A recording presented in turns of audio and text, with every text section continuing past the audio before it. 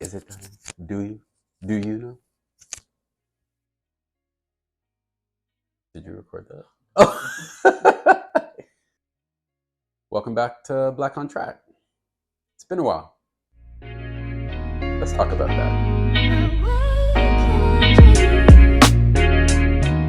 So today I just want to talk about how 2022 really changed me professionally, personally, and financially, and just do a deep dive as to maybe why you haven't heard from us as much as you probably expected to.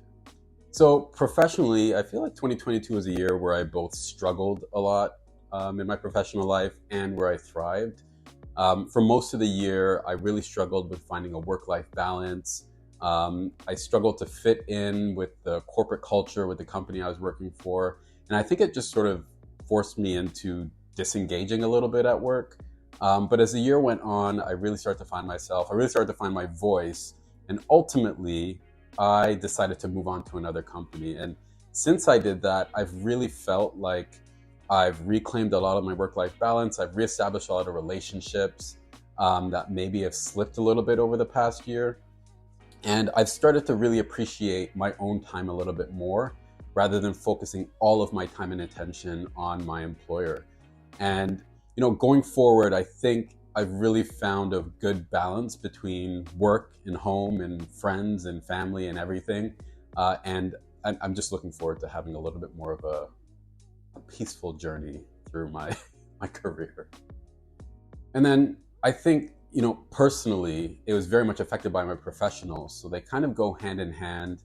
And I think some people, when they commit so much to their jobs, they almost lose part of themselves in that.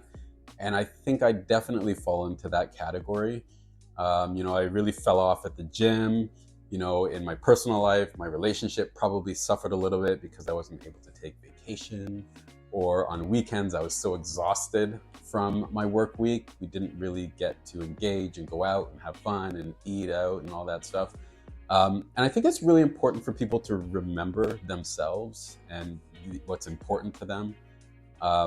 I think for 2023, something that I'll have a lot more focus on is not only my personal time in terms of myself, my hobbies, my interests, the things that I want to do, but also committing and dedicating time to my family and my friends to make sure that they're aware that I care about them and I value the time I have with them as well.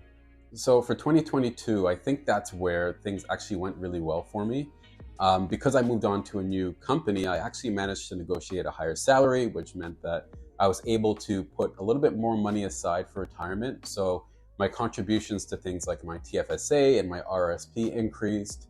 I've managed to find myself in a better place with my budget and balancing that budget and making sure that I'm keeping on track.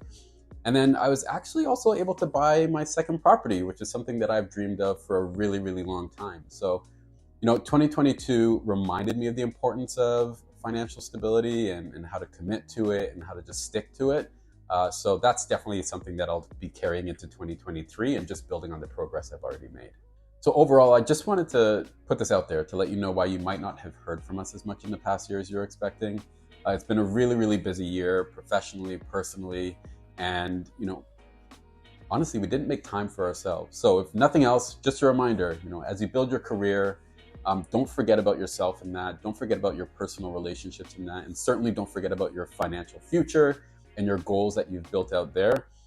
You're going to be hearing from us a lot more going forward, and we're looking forward to building things out with you. So stay tuned, keep in touch, and we all love to hear from you and your feedback down in the comments. Don't forget to subscribe and check out Tristan's most recent dance video. Should be in the shorts.